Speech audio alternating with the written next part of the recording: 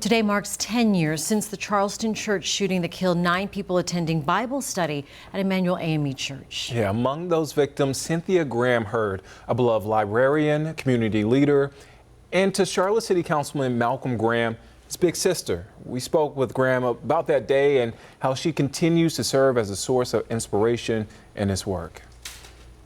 Throughout Malcolm Graham's life, his sister Cynthia wore many hats. Role model, big sister, and political advisor, just my rock. My mother died when I was 21, so Cynthia not only served as a big sister, but also as a mother figure. Cynthia Graham Hurd was a 31-year employee of the Charleston County Library system, working as a night librarian at the College of Charleston.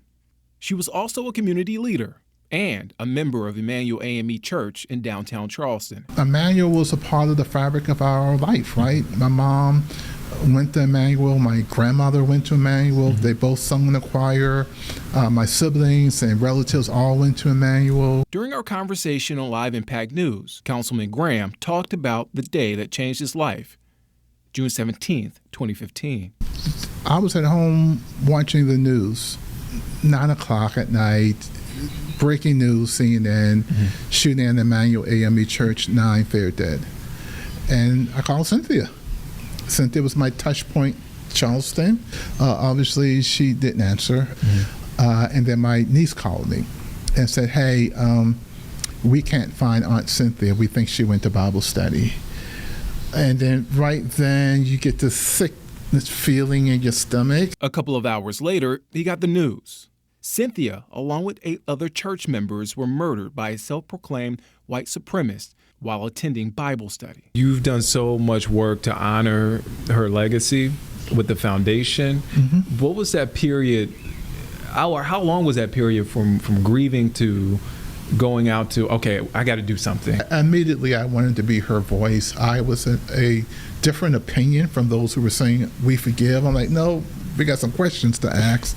And so I began to be her advocate. In the 10 years since the tragedy, he and his siblings founded the Cynthia Graham Hurd Foundation, advocating for the expansion of literacy and civic engagement through programming and events in Charlotte and Charleston. You made that pact with yourself 10 years ago that you were going to keep her name alive. You're doing that. You continue to do the work. What would she say? She would say, keep the faith, do the work. Keep the faith, do the work. Keep the faith, do the work. And that's why I kind of wrote the book, The Way Forward, which talks about, okay, we know how she died, right? We're not going to focus on that.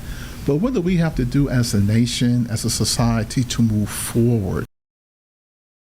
And Emanuel AME in Charleston is hosting events this entire month to honor the lives of the 9 church members who were killed. For more information on that and to watch the full interview with Malcolm Graham, download our news app.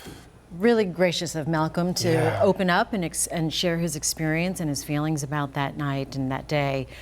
We appreciate his and your conversation with him. Really good conversation there. Absolutely, so open and honest. Tonight at 9 on WCNC Plus, we're also going to take a look back at this tragic event. So download WCNC Plus to your TV, and that way you can watch for free.